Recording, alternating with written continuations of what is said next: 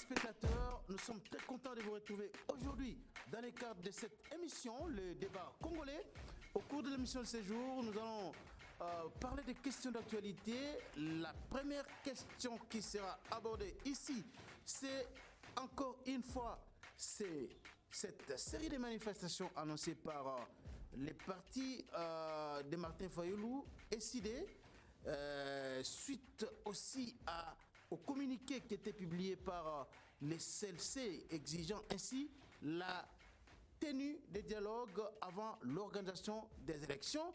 Aujourd'hui, il y a les CLC et SID FCC il y a SID FCC, mais aussi d'autres partis politiques qui ne vont pas prendre part aux élections prévues en décembre 2023. Ils exigent ainsi l'audit du fichier électoral, mais aussi un certain nombre de réclamations. Nous allons bien entendu passer au peigne fin cette question, mais nous parlerons aussi de cette arrivée annoncée de la secrétaire générale de l'Organisation internationale de la francophonie, OIF, la rwandaise Louise Mishikiwabo. Vous avez suivi le gouvernement à travers les vice-premiers ministres, le ministre de l'Intérieur Peter Kazadi, les ministres de la communication, mais aussi le directeur national de la francophonie qui ont bel et bien annoncé l'arrivée de cette dame en République démocratique du Congo, alors que d'autre côté, il y a déjà une levée de boucliers des organisations de la société civile, mais aussi beaucoup de Congolais qui ne veulent pas voir cette dame proche de Paul Kagame fouler les sols congolais. Nous parlerons bien entendu aussi de cette réhabilitation finalement du président de l'Assemblée provinciale de Kinshasa, le pasteur Godin Poyi, qui a été réhabilité par la cour d'appel de Kinshasa, et aussi cette plainte qui est tombée aujourd'hui, la plainte du gouverneur de la ville de Kinshasa, Gentini Ngobila, contre Godin Poyi pour imputation dommageable. Et voilà des questions qui vont faire l'objet de cette émission. Sur ce plateau, nous avons le plaisir de recevoir M. Richard Kami Malobo. Il est acteur politique, avocat de son État. Il est secrétaire général adjoint de AREP, un parti politique Ensemble pour la République. Hein. Je crois, si j'ai sacré. Un parti politique Agissons pour la République. Voilà, Agissons pour la République. AREP, c'est un parti politique membre de l'Union sacrée. Monsieur Kami Richard Malobo, bonsoir et bienvenue dans cette émission. Merci beaucoup, Monsieur Charlequin. Merci également aux téléspectateurs qui nous suivent. Et je suis effectivement Maître Kami Richard Malobo Kalele. Je suis secrétaire général adjoint en charge de l'inspection au parti AREP, parti cher à son excellence ministre d'État Guy Ndomboyo. C'est bel et bien un parti politique de l'Union sacrée. Voilà, un parti politique de l'Union sacrée. Vous l'avez suivi. Aujourd'hui, on a assisté dimanche passé à la clôture dans les bureaux de réception et de traitement des candidatures. On a assisté justement à la clôture de l'opération de dépôt des candidatures pour la députation nationale. Mais de l'autre côté, il y a certains partis politiques de l'opposition, pas les moindres, qui ne vont pas prendre part à cette élection parce que ces partis politiques exigent les dialogues, et notamment l'audit du fichier électoral avant toute tenue des élections. Vous, en tant qu'acteur politique de l'opposition, de la majorité au pouvoir, comment analysez-vous cette situation? Est-ce que pensez-vous que le climat aujourd'hui est serein pour que sans ces partis politiques poids lourds de l'opposition, nous puissions aller aux élections crédibles, démocratiques, transparente et je vais ajouter inclusive? Ok, je pense que sans avoir l'intention de minimiser les partis politiques que vous qualifiez des poids lourds de l'opposition, je dois dire que c'est relatif aux périodes et au temps, parce que je ne vois pas comment ces partis politiques peuvent se comparer à l'UDPS par exemple, parti phare de l'opposition de l'époque, qui pesait très lourd, alors très lourd, qui a pourri la vie politiquement au maréchal Mobutu, qui a compliqué la tâche à Laurent Désiré Kabila de l'époque, d'heureuse mémoire parce qu'il a été assassiné pour la cause de la patrie, qui a pourri la vie à Joseph Kabila jusqu'au point de les voir accepter de partir alors qu'il avait encore envie de rester au pouvoir. Donc je ne vois pas comment ces partis-là peuvent se considérer comme étant des grands partis de l'opposition. Bon, libre à eux de se qualifier de la sorte, mais à ce que je sache moi, c'est que pour le moment, il n'y a vraiment pas un parti qui peut prétendre être un parti important de l'opposition. Bon, lorsque vous voyez par exemple les idées mobiliser autant de monde dans la rue, vous pensez que c'est un parti à ramasser à la petite Non, il n'y a pas une seule organisation où j'ai vu les idées, ou même l'opposition, ou les oppositions en général, traîner 1 million de membres dans la rue. Depuis que le président Tshisekedi est là, ils ont tenté de manifester. Il y a des fois où ils ont appelé, il n'y avait presque personne pour répondre. Il y a des fois où ils ont eu 200, 300 personnes. C'est pour dire quoi exactement? 200 ou 300 personnes. Je l'ai vécu personnellement. Les manifestations, par exemple, l'heure avant. Non, j'étais là. J'étais là. Moi, je suis, outre mes fonctions de président, secrétaire général adjoint des AREP, je suis également encadreur de jeunes. J'ai une grande organisation, une grande ASBL qui encadre des jeunes. Donc, à chaque fois qu'il y a des manifestations de cette nature, par souci d'éveiller, d'avoir des éléments, de la matière pour encadrer les jeunes, je prends toujours le temps de faire un tour. Je me déguise, je peux me mettre en tenue qu'il faut pour ce genre de milieu. Je descends, j'ai des images où il n'y avait personne. Quand les caméramens travaillent, chaque caméraman travaille selon les instructions qu'on lui a données. Donc tout le monde sait comprendre qu'il n'y avait rien. Il n'y avait presque pas de gens. Les quelques qui étaient devant, nous connaissons d'abord comment ça se fait pour les mobiliser, mais ce n'est pas ça mon débat. Moi, mon problème, c'est quoi? Il faut qu'il y ait élection. Le président Tshisekedi a tenu à sa promesse qui était qu'après 5 ans, il y aura élection dans ce pays. Et nous voyons comment il se bat avec le gouvernement pour qu'on ait aux élections. C'est ça la démocratie. C'est ça aimer son pays et éviter le bain de sang à son pays. Parce que nous sommes dans ces pays, on nous avait habitués à être gérés par des filles, par des gens qui sont tout le temps parrainés, soutenus par des impérialistes. Nous avons vu dans ces pays combien de fois la population est descendue dans la rue. À l'époque, UDPS même, avec ses alliés. Alors qu'une opposition réellement populaire, on a vu comment nous avons souffert dans ces pays avec les régimes passés. Mais puisque ces gens qui nous gouvernaient à l'époque étaient imposés, étaient parrainés par les impérialistes, nous avons souffert dans ces pays.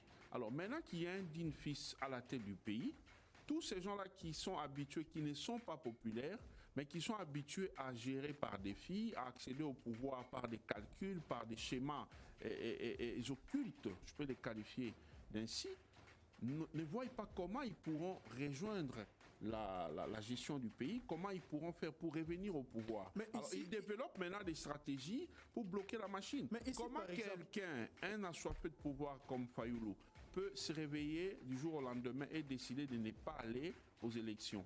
Libre à lui, nous sommes en démocratie, c'est comme le PPRD. Le PPRD avait donné un mot d'ordre, même lors de l'enrôlement, qu'il ne fallait pas faire enrôler ces militants. Mais est-ce que vous pensez vraiment que dans un tel contexte où il y a un parti, même si vous l'appelez des partis qui ne représentent rien sur l'échiquier politique congolais, encore faudra-t-il que vous prouviez vraiment ce que vous êtes en train de dire. Pensez-vous qu'un contexte aussi tendu politiquement, où les partis projettent des marches, des séries de manifestations, c'est le cas de décider pour faire appliquer l'article 64 de la Constitution, pensez-vous qu'on peut aller dans des élections apaisées pour déboucher sur des résultats escomptés? Monsieur Charlequin, il y a la police, les services de sécurité qui sont là, et même l'armée peut venir en appui pour faire face à toutes sortes de rébellions. Le président Tshisekedi a encore son mandat qui court. Jusqu'à preuve du contraire, il a encore, moi je dirais même jusqu'à l'installation définitive ou effective de celui qui sera élu. Comme celui qui sera réélu, parce qu'il a travaillé malgré les crocs en jambes qu'on lui mettait dans des roues, il s'est battu pour nous donner les résultats qu'on a. Je suis conscient que ce n'est pas satisfaisant, mais c'est encourageant au regard de ce qu'il avait comme combat, comme problème. Souvenez-vous de l'histoire FCC Cash, la coalition infernale FCC Cash. Coalition infernale. Oui. Même si le président Tshisekedi a regretté le fait que... oui, le président les regrette parce qu'il pensait avoir affaire à des compatriotes qui étaient animés de bonne foi. Mais il s'est rendu compte qu'il avait affaire à des gens qui les considéraient comme étant leur adversaire, alors que ce n'était pas le cas. Vous voyez? Alors, c'était tout à fait normal qu'on arrive à ça. Souvenez-vous de ce qui s'est passé à l'époque. Même si aujourd'hui, la plupart des animateurs de ces troubles-là nous ont rejoints, je prendrai par exemple le cas du ministre, du vice-premier ministre de la Justice de l'époque, qui voulait faire du chef de l'État son ami. Voilà. Aujourd'hui, il nous a rejoints. Il est revenu à la raison. Vous voyez? Donc, ils étaient dans une logique où il fallait considérer les chefs de l'État comme étant un simple gérant qui était à la tête du pays. Mais ils se sont rendus compte après qu'ils étaient en train de commettre des erreurs. Alors, cette coalition a pris inutilement aux Congolais 2 ans. Ça a grignoté 2 années, 24 mois au chef de l'État par rapport à son mandat. Donc, c'est juste après ça qu'il a fait. Donc, tu sais qu'il a en réalité fait un mandat de 3 ans. Alors, avec ça, il s'est battu. Nous pouvons aujourd'hui, même si on dit qu'il y a des arrestations, suivies immédiatement des libérations. Mais si la justice de mon pays estime que M. Y, M. X doit être relaxé, on les relaxe. Ce n'est pas aux nonsologues de faire des leçons de morale à notre justice. Il y a des spécialistes qui prétendent maîtriser la guerre, comment il faut faire et tout ça. Mais la seule personne la mieux informée du pays s'appelle Félix Antoine Tshisekedi Tshilombo. C'est lui qui a les tableaux de bord de tout ce qu'il y a sur le plan sécuritaire, économique et tout ça. Quand il vous dit, suivons ces schémas, on les suit. À l'époque, souvenez-vous de comment on tuait nos compatriotes du matin, midi, soir dans la partie est du pays. Depuis qu'on a instauré l'état de siège, vous voyez comment on ne refuse pas, il y a toujours quand même des cas isolés, mais aujourd'hui il y a accalmie. Vous êtes journaliste, souvenez-vous qu'il n'y a plus de cas comme c'était jadis, où il fallait se réveiller chaque matin avec des images horribles dans des téléphones. Aujourd'hui, nous voyons quand même les choses s'améliorer. Donc l'instauration de l'état de siège a dissuader ceux-là qui étaient habitués à boire le sang des Congolais, ça s'améliore. Nous pouvons voir comment notre pays est revenu sur, comment on dit, la scène politique internationale. C'est où qu'on peut aujourd'hui parler des nations sans parler de la République démocratique du Congo. C'est grâce à Félix Tshisekedi Tshilombo. Or, on ne peut pas se développer en étant en vase clos. Donc, c'est grâce à lui que cela est arrivé. L'IGF, qui était à l'époque utilisé comme étant un service figurant du ministère des Finances ou de la présidence. Aujourd'hui, grâce à l'impulsion du chef de l'État, l'IGF abat un travail qui dissuade les criminels économiques. Même si les rapports de l'IGF n'ont jamais produit des résultats palpables, tout rapport publié par l'IGF n'a jamais trouvé suite favorable au niveau des cours et tribunaux. C'est tout à fait normal, M. Charles. On était habitué à étouffer la vérité, à l'impunité. Aujourd'hui, grâce à ce que Félix Tshisekedi a apporté, nous commençons à avoir des rapports. Ne vous en faites pas, je suis un avocat. Au niveau des cours et tribunaux, les dossiers ne pourrissent pas. Ça va rebondir. Pourquoi Matata Mponi aujourd'hui s'est fait... Mais tout ce qui était accusé, on a vu par exemple les cas du ministre de Santé, j'oublie encore le nom, qui a été Eteni Longondo. Oui, il a été accusé par l'IDP, indexé dans les rapports de l'IGF, oui, mais finalement acquitté par la justice. Tous les rapports publiés par l'IGF jusque-là n'ont abouti pratiquement à rien du tout. L'IGF n'est pas un dieu. L'IGF fait observer des choses. Mais c'est maintenant la justice. Ça devient répétitif comme ça, ça veut dire que le travail est bâclé, n'est pas bien fouillé. C'est à la justice d'apprécier. Je vais vous donner un exemple. Vous êtes sur un terrain. L'arbitre constate qu'il y a un souci. Il fait arrêter les matchs. Il dit on doit aller visualiser. Quand l'arbitre fait ça, c'est parce qu'il y a une vidéo. La vidéo là, c'est la justice. La justice prend le temps. Quand l'arbitre vient maintenant bien visualiser, il regarde, il voit, ah non, c'était une erreur, je m'étais trompé. Mais cela veut dire tout simplement que tous les travaux produits par l'UGF, c'était des travaux bâclés, Non, il y a des gens, pas bien fouillés. Il y a des et gens, voilà pourquoi tout le monde est libéré par la justice. Non, il y a des gens qui purgent leur peine. Ils sont aussi percas. Il y en a beaucoup. Il y a l'ancien DG de la RVA qui est là-bas. Il y a un ancien DG de l'OVD. Il y en a plusieurs qui sont là, même de la présidence. Ils sont là-bas. Alors, revenons un peu à ce qu'on était en train de dire, même si les sujets de l'IGF, ce n'est pas le sujet inscrit à l'ordre du jour. Mais je voudrais qu'on en débatte un jour. Je vais vous donner des preuves. En tout cas, très bien, on reviendra là-dessus. Je vais lire ici au point 6 de la déclaration du CLC, Comité laïque de coordination. Le CLC dit ceci. Au point 6, le CLC considère dans cette optique qu'il n'y a pas d'autre voie de sortie de crise que le dialogue. Il serait donc temps que les chefs de l'État et les principaux leaders politiques et sociaux du pays se mettent ensemble pour identifier les réponses les plus adéquates et les plus urgentes aux multiples équations du moment. Car une nation profondément divisée à l'interne, comme la nôtre en cette période-ci, ne peut prétendre à la victoire contre l'ennemi tant l'extérieur qu'intérieur.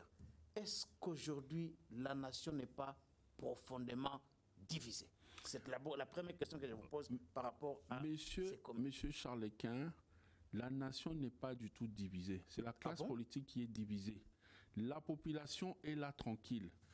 Vous ne pouvez pas comparer l'opposition du Sénégal, par exemple, où il y a Ousmane Sonko, qui donne un mot d'ordre à partir de chez lui. Il dit, je vais voir 2 millions de Sénégalais dans la rue. Et vous les voyez, vous trouvez la rue noire du monde. Pourquoi? Parce que la population en a marre du pouvoir en place de Macky Sall et les gens sortent pour manifester à Macky Sall que tu dois partir. Il a renoncé au 3e mandat. Pourquoi? Par rapport à la pression. C'est ce que l'UDPS avait aidé la population à vivre en poussant le président Kabila à refuser de se représenter. Mais c'est quand même une structure crédible qui était avec l'UDPS, qui a accompagné l'UDPS dans sa lutte pour la conquête du pouvoir. Comment aujourd'hui un diagnostic posé par une telle structure, vous pouvez la botter en touche de cette façon? Monsieur Charles-Quint, il y a encore 5-6 mois devant nous pour organiser les élections. Crier déjà au dialogue maintenant, c'est faire le jeu de l'ennemi. Nous savons que l'opposition, la soi-disant opposition, est inféodée. Elle est inféodée des gens qui prétendent être nos frères, mais qui sont des origines douteuses. Nous connaissons, ils sont là pour le pouvoir, ils sont prêts à faire n'importe quoi. Au jour d'aujourd'hui, il y a même des princes de l'Église qui se font corrompre pour l'argent. Nous avons des gens dangereux. L'opposition de l'époque était organisée, était accompagnée par la population, mais elle était une opposition sans moyens financiers. L'opposition d'aujourd'hui est une opposition des hommes d'affaires. Ils n'ont pas de population, mais ils sont prêts à acheter, à monnayer la présence des gens pour manifester. Mais malgré ça, vous voyez, ils font toujours du mpiaka, comme on dit. Moi, ici, je vais dire ceci aux compatriotes des CLC, les pasteurs, les prêtres, tous ces gens-là. Il y a le professeur Ndayouel qui est président de cette non, mais regardez l'engagement d'Ndayouel de l'époque, de lorsqu'il y avait des vraies crises, des vrais problèmes qui nécessitaient que les Congolais se mettent ensemble pour traiter. Et l'Ndayouel d'aujourd'hui, ce n'est pas le même engagement. Vous sentez aujourd'hui que tous ceux-là qui sont debout, qui combattent Tshisekedi, sont des gens achetés. Ce sont des gens sous-traités, ce sont des mercenaires. Parce que dites-moi, parlez-moi vraiment de ces vrais Congolais-là posés. Un politicien posé sérieux de l'opposition ou qui n'est pas d'accord avec le président Tshisekedi, qui se lève pour entamer de telles démarches. Non, écoutez, c'est de leur droit de manifester, mais vous allez vous rendre compte qu'il n'y aura pas de l'accompagnement de la population. Ils vont acheter les gens comme ils en ont l'habitude et ceux-là qui sont en train de vouloir accéder au pouvoir pour le pouvoir sont prêts au jour d'aujourd'hui même à commencer à assassiner les gens. Monsieur Camille, Richard Malobo, le CLC pose un diagnostic sérieux. L'insécurité à l'est du pays, aujourd'hui, Vous savez qu'il y a des troupes étrangères sur notre sol. Ça fait plus d'une année que le Rwanda occupe des localités, des pans entiers de notre territoire. Il y a l'Ouganda qui occupe une partie de notre territoire. Au Nord Kivu, on tue jour et nuit. Dans l'Ituri, la même chose. Malgré l'état des sièges décrété dans cette partie de la République, on continue à tuer. Ici à Kinshasa, dans la province de Kinshasa, il y a les Mobondo qui continuent à tuer les gens.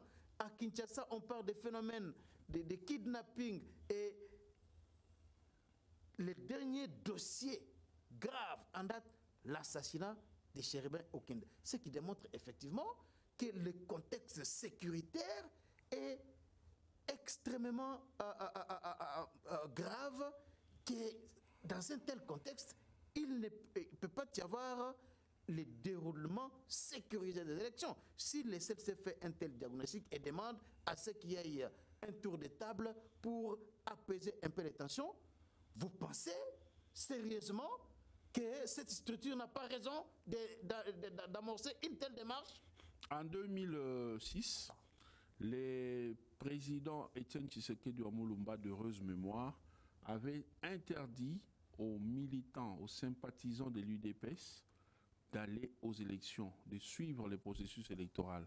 Cela fut fait et Kabila et sa famille politique avaient accompagné de la population, étaient allés aux élections. Il y avait eu élection jusqu'en 2011. Je ne vois pas la crise, je ne sais pas comment comparer la crise qu'on prétend brandir aujourd'hui à celle de l'époque.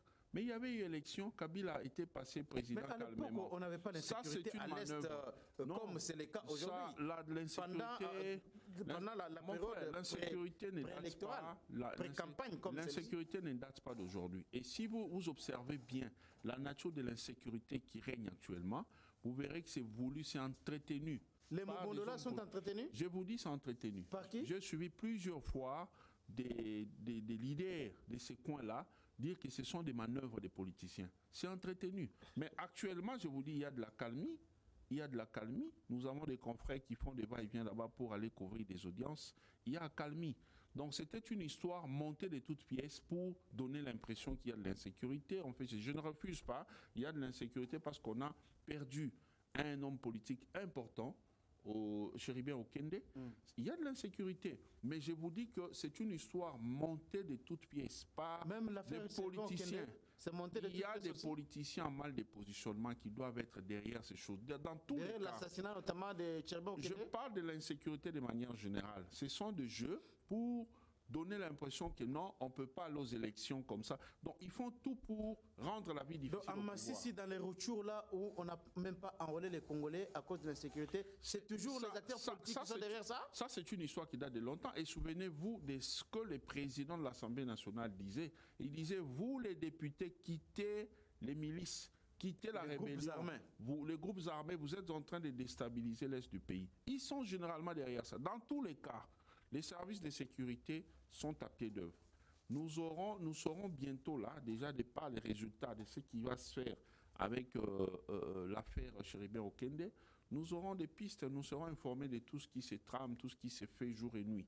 Dans tous les cas, les gens doivent savoir que les problèmes que nous vivons au Congo, le président Tshisekedi est en train de se battre pour en trouver des solutions. Ce n'est pas seulement au Congo qu'il y a des problèmes. C'est pourquoi vous voyez plusieurs pays africains faire alliance avec des mouvements comme des groupes Wagner pour sécuriser leur pouvoir, pour sécuriser leur souveraineté.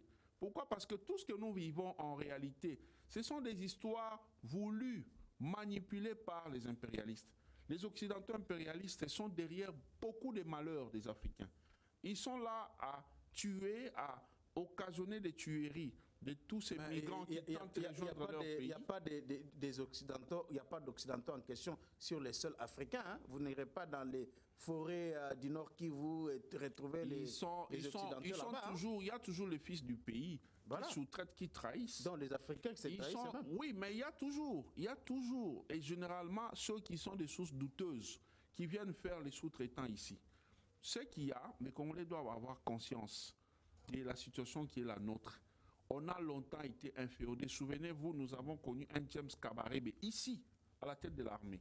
Donc notre pays est vraiment, nous sommes convoités par rapport à nos richesses. Alors, on nous appelle scandale géologique. Par rapport à ça, tout président qui passe ici, s'il ne fait pas allégeance à ceux-là, on va les combattre, on va mettre les moyens pour les combattre, malheureusement en achetant même les propres fils du pays. Alors, aux Congolaises et Congolais de comprendre cela, nous soutenons les chefs de l'État pour qu'on aille aux élections. Parce qu'on veut les pousser à devenir un président légal, mais illégitime.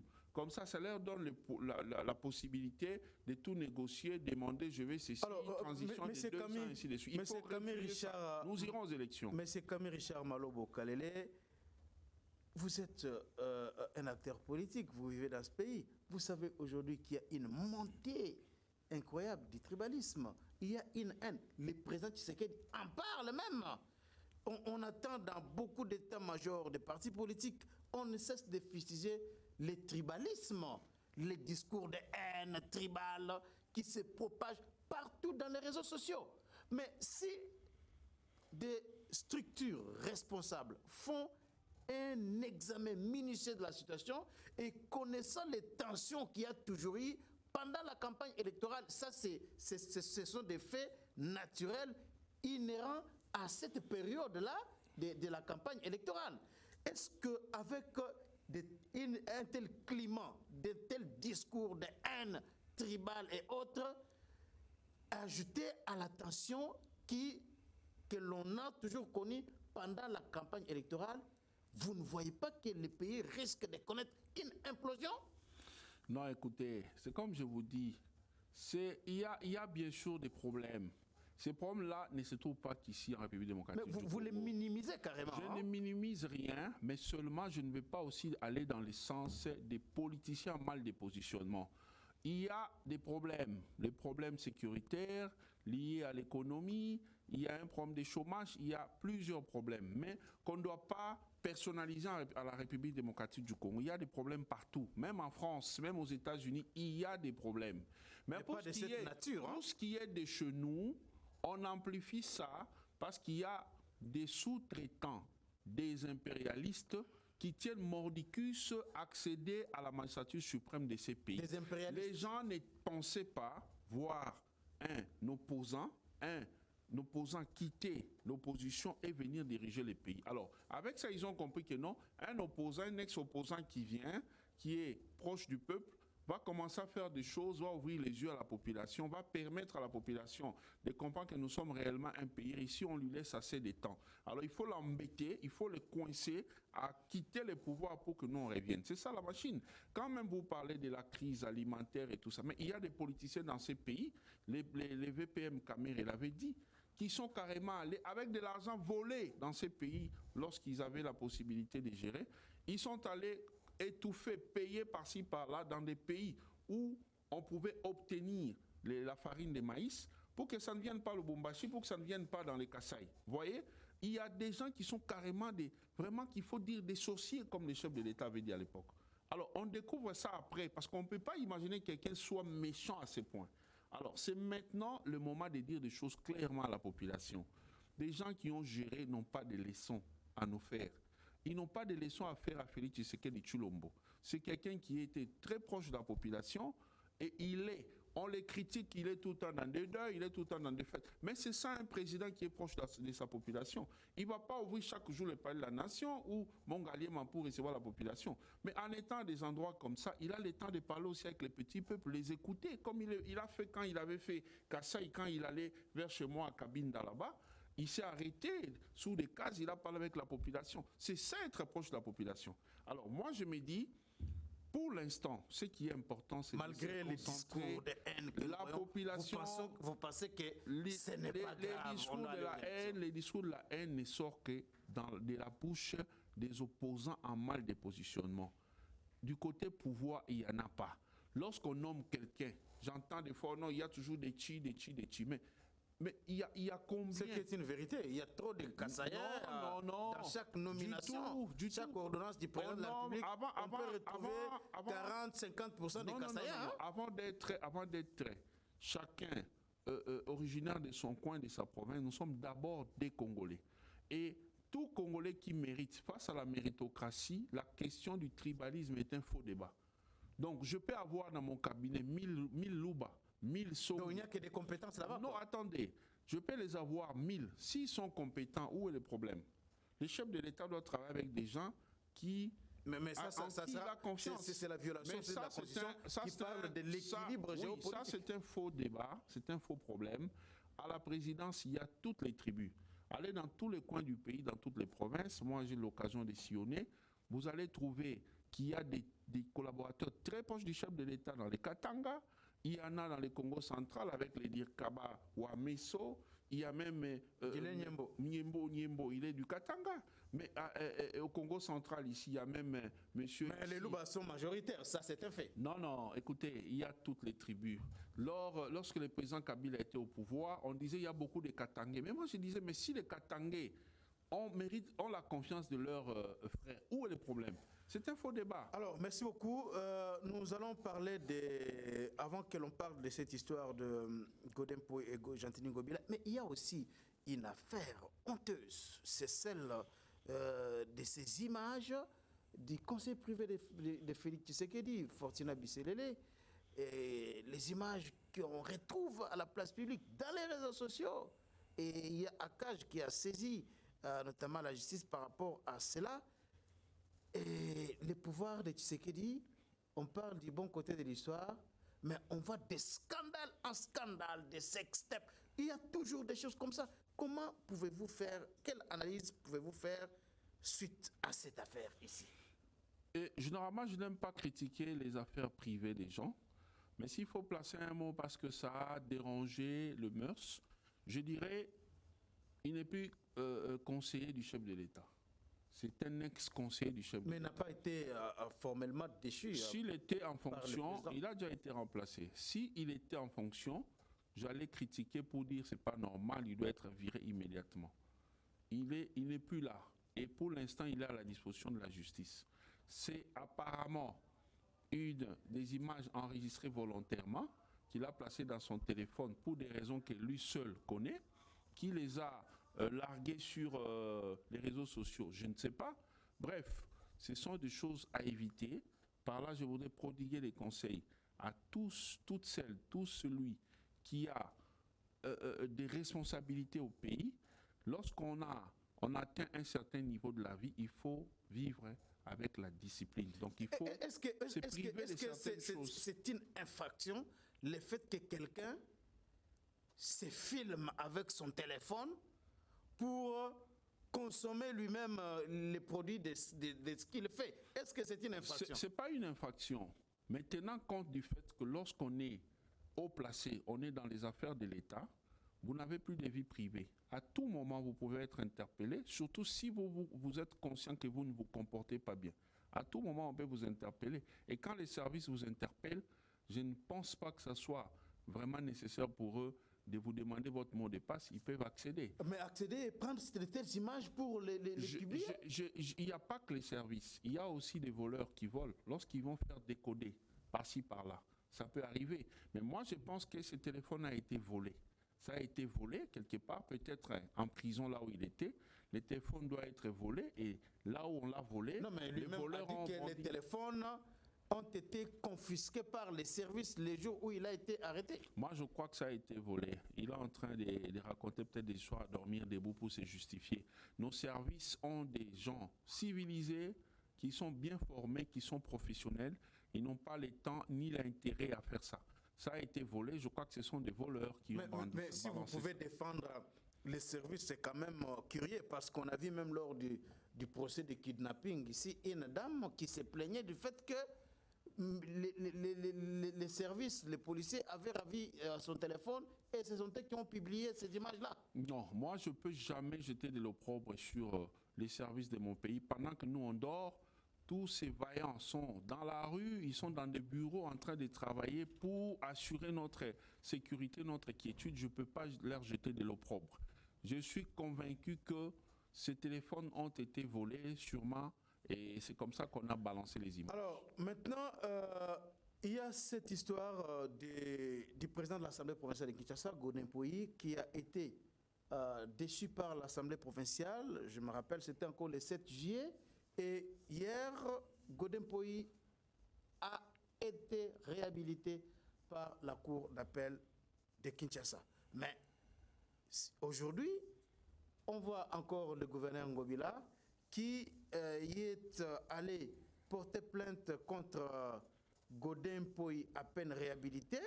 J'ai encore la plainte ici. Il a porté plainte à la Cour de cassation contre Godin Poyi pour diffamation, imputation de mangeables et atteinte à la liberté garantie aux particuliers. Comment réagissez-vous lorsque vous voyez cette affaire qui est en train de polluer la vie entre l'Assemblée provinciale de Kinshasa et l'exécutif provincial, le gouvernement? C'est comme vous l'avez dit, c'est une affaire honteuse. J'ai l'impression qu'à chaque fois que les gens se mettent à diriger cette ville-province de Kinshasa, je suis désolé de le dire, mais j'ai l'impression qu'ils perdent l'élégance, qu'ils perdent un peu certaines qualités.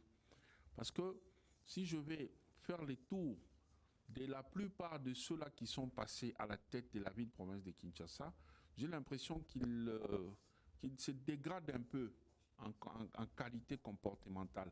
Parce que je ne peux pas comprendre mon aîné Gentini Ngobila que je connais, c'est versé dans des choses comme ça. Je trouve ça anormal. Si je vais aussi voir le président Godin Poyi, pourquoi ils peuvent jouer à ça?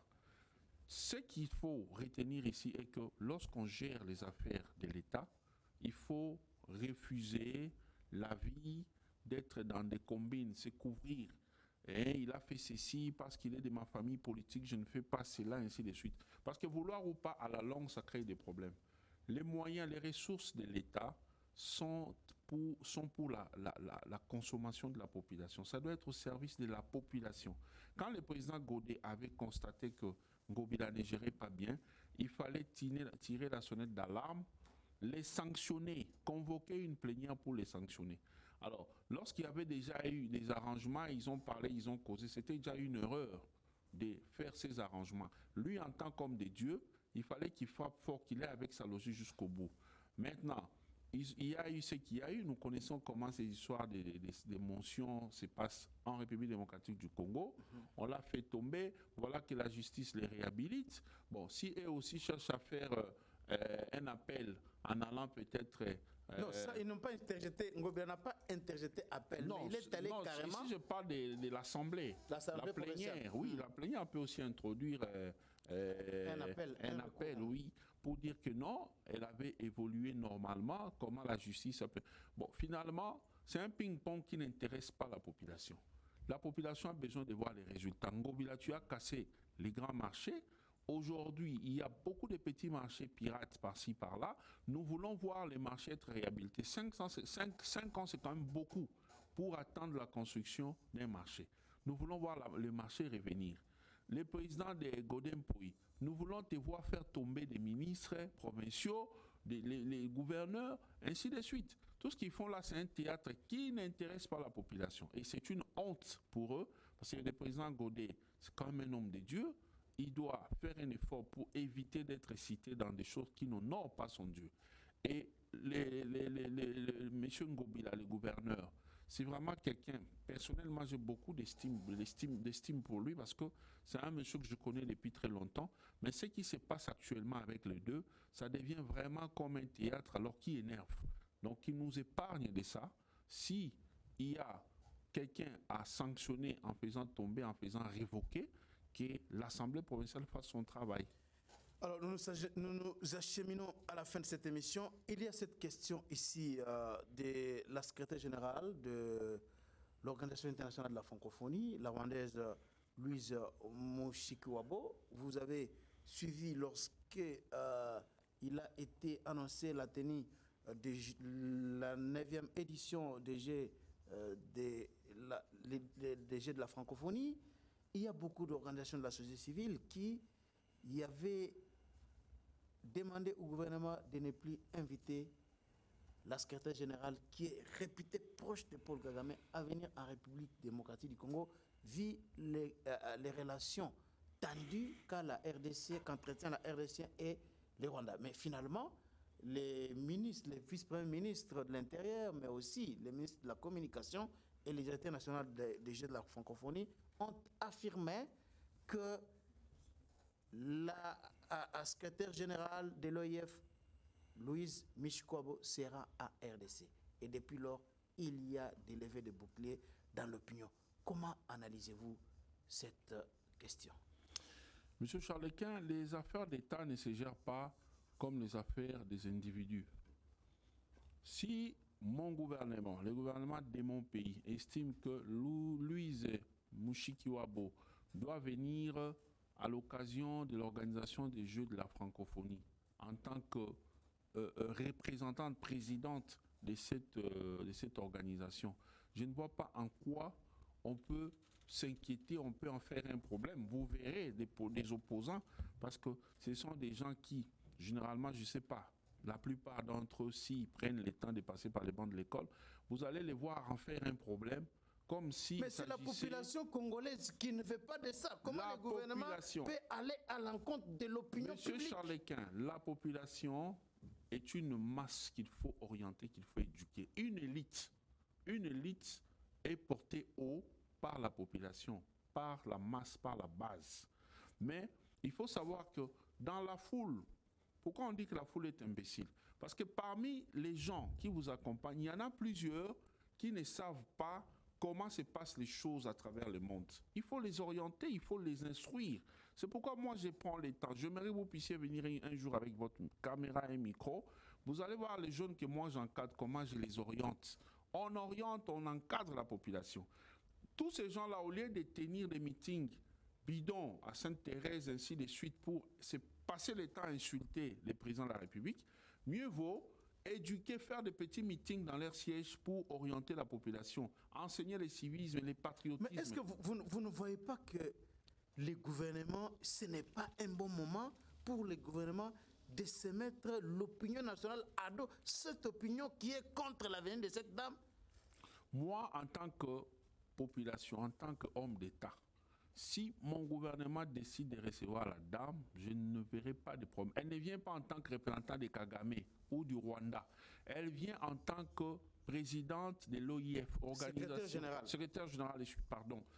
général de l'Organisation internationale de la francophonie. C'est à ce titre qu'elle vient. Donc elle ne vient pas en tant qu'une Rwandaise qui vient ici voir les Congolaises, Congolais. Non, elle vient à un autre titre. Et si les pouvoirs, les régimes en place, notre famille politique qui gère les pays, estiment qu'il n'y a aucun problème, moi, je vais soutenir ça. Et je dirais à mes militants de faire autant. Voir que la Belgique, par exemple, a refusé d'accréditer Vincent Karega comme ambassadeur du Rwanda en Belgique à cause des rapports tumultueux qu'il y a entre la RDC et le Rwanda. Mais de votre côté, vous acceptez quand même que cette dame-là arrive au pays? Très bien. Il y a une nuance. Parce que Karega va en Belgique en tant que représentant du Rwanda en Belgique. C'est différent de Mushikiwabo qui veut venir ici en tant que secrétaire général de l'OIF. Il n'y a pas match, c'est clair.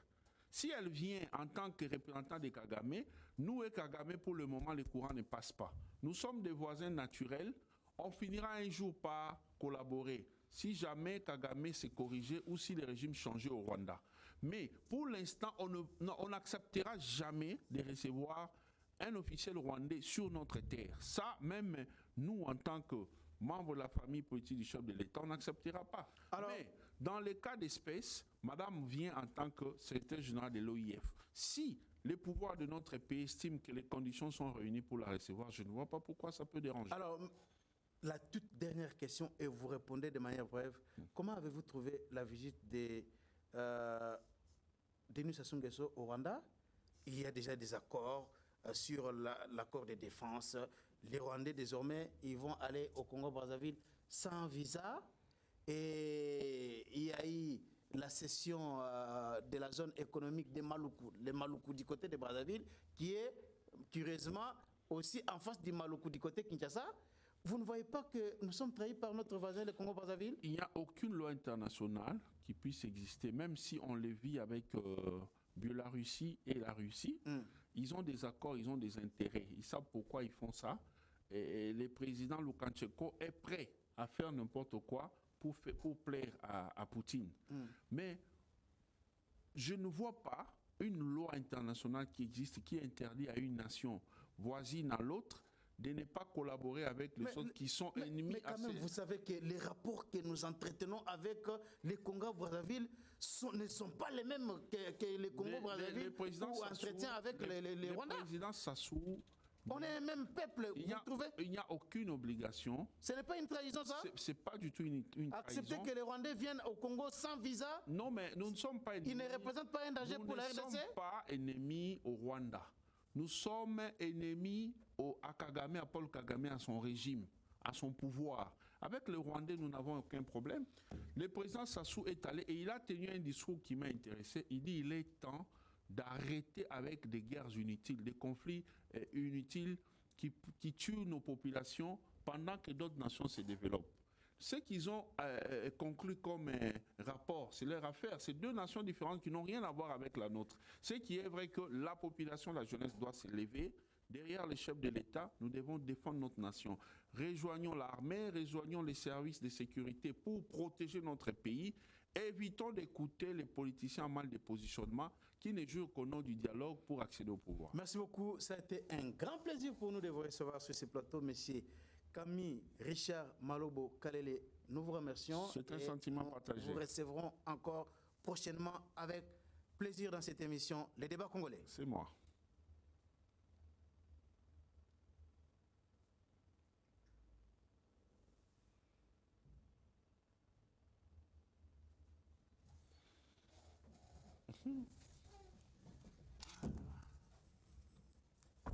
You've been now